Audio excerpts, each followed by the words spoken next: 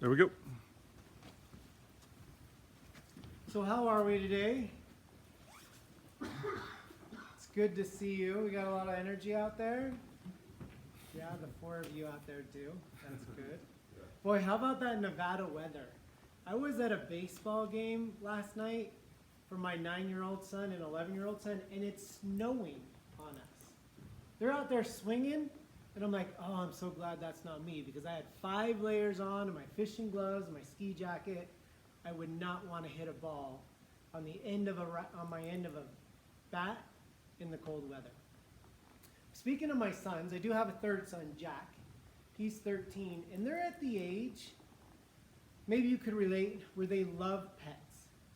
Like, they'll be catching crawdads in a small creek in Collin Ranch, and they bring them home for pets. They bring in grasshoppers, ants. We had to buy a little ant cage for them. Frogs, lizards. And of course we had the fish. My son David one time walked into the house with his hands like this, and I'm like, wait. What do you got there? And he showed me it's a stink bug. I drew the line at a stink bug. No stink bugs for pets.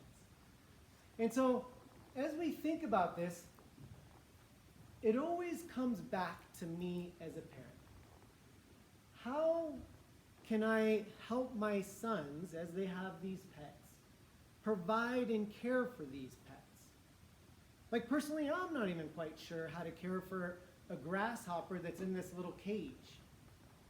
And so these are always good learning experiences for us. 3 fish in particular that we had, and the kids named them, so bear with me on these names: Fox, Goldie, and Joy. When do they feed them? How often do they feed them? When do they change the water? We had these fish for over a year, and they actually got quite big. Probably about that big, goldfish. But there was a point in their life where it looked like they started to get stressed out. And if you don't know fish that well, that means they're like going to the top of the water and gulping air. They're not eating. They just looked like they were stressed. Their eyes were popping out a little bit. And so now I got even more involved. I didn't know fish, but I started changing their water regularly. Of course, my sons were helping me as much as they could. But a week, changing the water once a week turned into changing it every 3 days. Then every 2 days. Then every day. And it got actually very consuming for me, where I was checking on them every morning that I woke up and every afternoon when I came home. My wife thought I was crazy, because I even got to the point where I put a straw in my mouth and I was blowing bubbles in the water. These are just fish. But again, I don't know how to care and provide for these fish, and my sons don't know either. I want you to keep that theme in your mind, caring and providing, as I pose this question to you, because I'm sure we didn't come with this expectation of talking about pets. And the question I want to pose to you is, if we look at a Christian's life, someone that says they're a Christian, what does their life look like?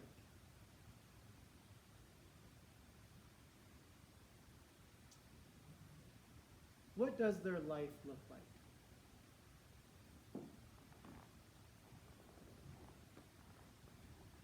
A Christian is someone who has put their faith and trust in Jesus Christ and follows his teachings. We could refer to a follower of Jesus as a disciple. So don't be afraid with the word disciple. Yes, Jesus had 12 disciples, but really he had much more, because a disciple is just a follower of Jesus. And in 2 Corinthians 5:17 of the Bible, it says, anyone who belongs to Christ, a disciple, has become a new person. The old life is gone, and a new life has begun. So again, going back to that question of what does a Christian look like, does that help us? They're a new person? They have a new life? And this word new in the Greek is actually very literal. It's not talking about taking an old car and refurbishing it into like something that looks good, or buying a desk at a garage sale, and then all of a sudden you stain it, you sand it, stain it, and finish it, and now it looks great again. This is a new, something unused, unworn. For us, it'd be like in the box opened from Amazon. So that doesn't quite help us entirely, but we'll keep that in mind as we continue. The disciple, the word disciple might. This is Jesus speaking to his followers, again his disciples, and he says in John 13:34, love each other. Just as I have loved you, you should love each other. Your love for one another will prove to the world that you are my disciples. Your love for one another will prove to the world that you are my disciples. So as we go back to this question of what does a Christian look like, that's a little bit more helpful. Love for one another. So to broaden our question now is what does a Christian look like? Love for one another is a defining aspect of proof of who they are. We ask ourselves, where does this love come from?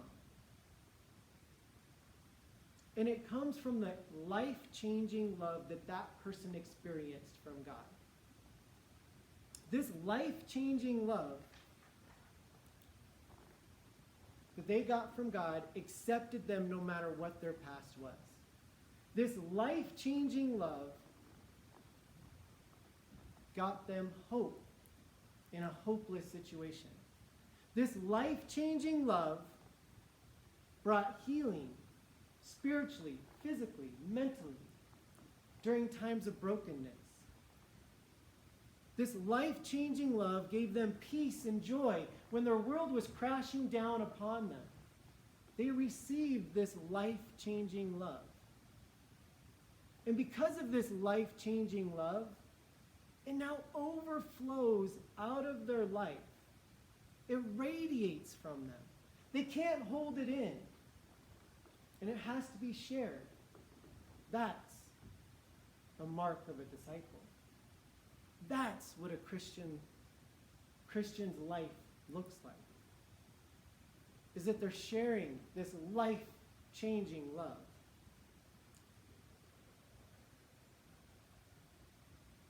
The bar seems set kind of high, doesn't it? Well, fortunately, the Bible gives us some ways or some instruction for that. And there's many verses in the Bible that could help us, but there's particular books that are called pastoral letters that help us understand how to live showing others this life-changing love. In these pastoral letters, the word pastor might sound familiar, but it's because it comes from church, like a church, a leader of a church, someone that looks over and supports and provides for the people that attend the church. And interestingly enough, this word pastor can really be applied to any disciple of Jesus. That a disciple of Jesus, with the people that they are around regularly, they could pastor those people by sharing God's life-changing love. For instance, coworkers. You could pastor them. Or people in your neighborhood, neighbors.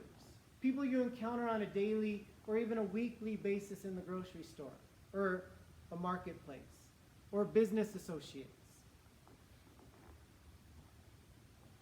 One particular pastoral letter is 2 Timothy. And we're going to read a little bit out of 2 Timothy. And the portion we're going to read doesn't necessarily give us instructions on how to share that love. It more so gives us instructions on how to be a pastor. So maybe some characteristics on how to be a pastor. And so as I read some of these ideas, it might be valuable if we jot a note down or two. Maybe one thing, and you could do this in your phone or on the back of that note card that's on the back seat in front of you. Maybe one thing that you do well already. and one thing you would like to improve on. And so this comes from 2 Timothy chapter 2, 15. I'll start there.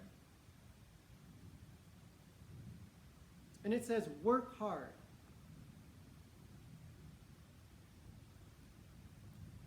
Work hard. And I'm going to pause right there from the reading. Work hard. For me, I'm going to write that down. Work hard at loving people. I'm also a teacher, along with being a father of 3. And I'll tell you what, there's days where I literally am biting my tongue for things that I want to say, and I hold it back. I got to work hard to love my students. It might have been the class before, those students just they wrung out the patience from me. And I got to work hard for those next group of students to love them the best that I can. So work hard at loving people so that you can present yourself to God and receive his approval. Be a good worker, one who does not need to be ashamed and who correctly explains the word of truth. There's another item that's a characteristic of a pastor or someone that's showing God's love, is that you're able to explain the word of truth. And if that's one place where you struggle, that's okay. Start right now. Get into 2 Timothy and read it when we're done today. Avoid worthless, foolish talk that only leads to godless behavior. I know I have a tendency sometimes as I'm hanging out with my boys, 9, 11, and 13. I know I told you that age. But a lot of times, they bring me down to their level, unfortunately. And I need to watch that because I could see it. And we giggle and we have fun, and that's okay. But if it causes them to think that sometimes being goofy and silly in certain environments is okay, it's not. Skipping to verse 22. Run from anything that stimulates youthful lusts.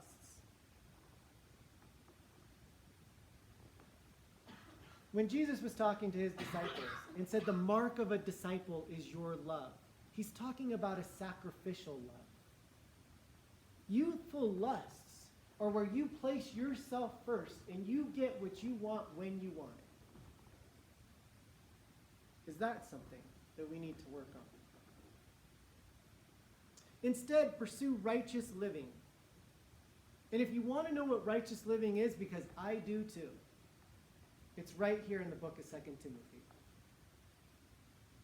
Faithfulness, love, and peace. Be a person that brings about peace in your conversations, in your relationships.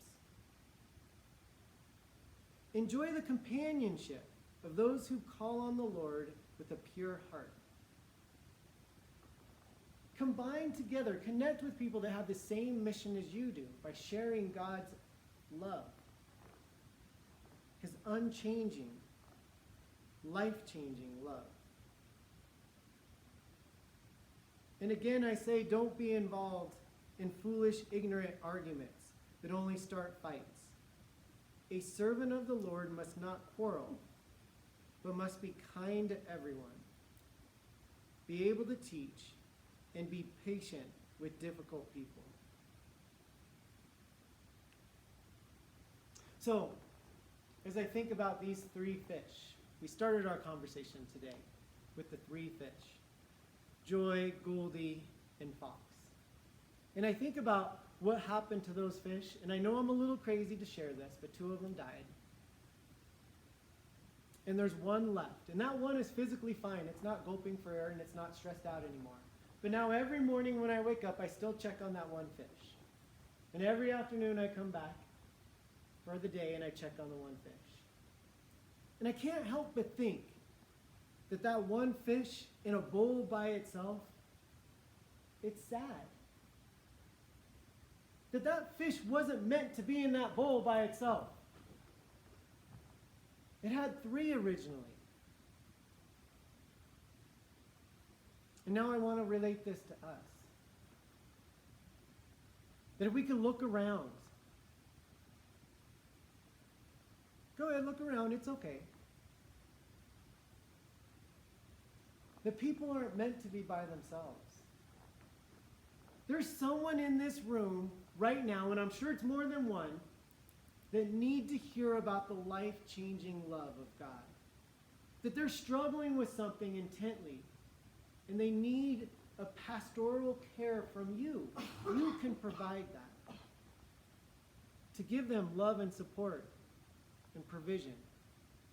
That's the mark of a Christian. That's what a disciple is.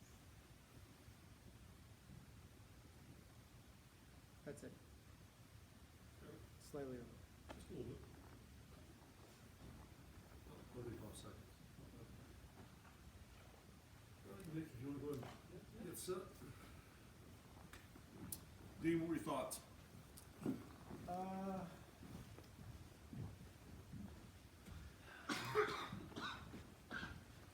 I think I was being a little hard on myself in the beginning today because it didn't sound too bad when I said it.